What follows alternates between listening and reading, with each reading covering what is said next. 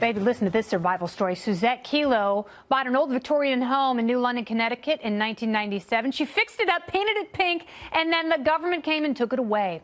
Her story is all about eminent domain, and it's depicted in the upcoming film, Little Pink House. Take a look. Guess who's coming to town? Pfizer. The best course for us would be to acquire all the homes. The Constitution in the Fifth Amendment, it's eminent domain. They can take your home, they can take your land. It's perfectly legal. I need to talk to the mayor, please. Regarding? It's regarding the people who are trying to steal my house.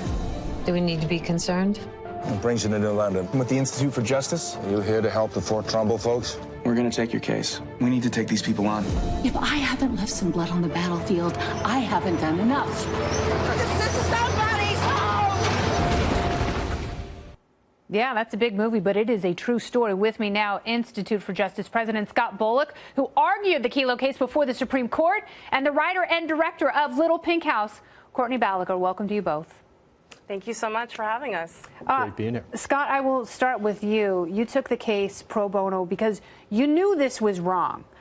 This was Pfizer, a giant corporation, coming into a sleepy town saying, we'll take what we want and the government will help us. Yeah, these aren't takings for roads or bridges the way most people think of eminent domain. This is the taking of land from Susette and her neighbors to give to other private companies to complement the Pfizer facility. It's wrong. It is unconstitutional, even though a narrow majority of the Supreme Court held that it wasn't. And it was something that a vast majority of Americans see as just profoundly wrong. And this movie does a great job of depicting that. Yeah, and obviously, Courtney, this case has resonated throughout the country and throughout various eminent domain decisions. It set a very dangerous precedent. Now, normally when we talk about landmark Supreme Court cases, we don't necessarily see a depiction in a Hollywood movie.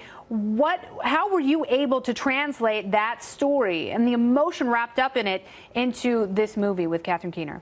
Well, it was really important to us to show the human face of what this is, which is cronyism. And we felt that Susette Kelo's story was a beautiful way to do that. I mean, this is a really rare opportunity to connect people that are on different sides of the issues on this one, and most people agreed that it was a really horrible decision.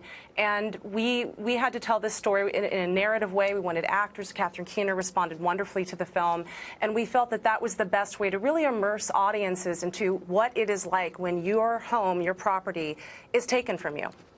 And, you know, you have said that this is bullying by the government, and they take it by force. How will eminent domain play into the border wall and that unfolding story? Well, I mean, eminent domain could be used for that. I mean, that would be a traditional public use.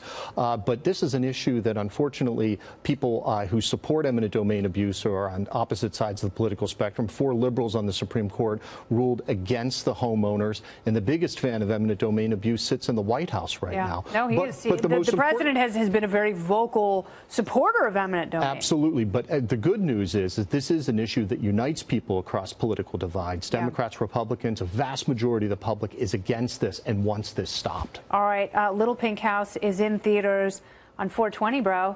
Scott and Courtney, thank you so much. Congratulations, Courtney. I know this has been an undertaking of yours and a very passionate project for a long time, so well done.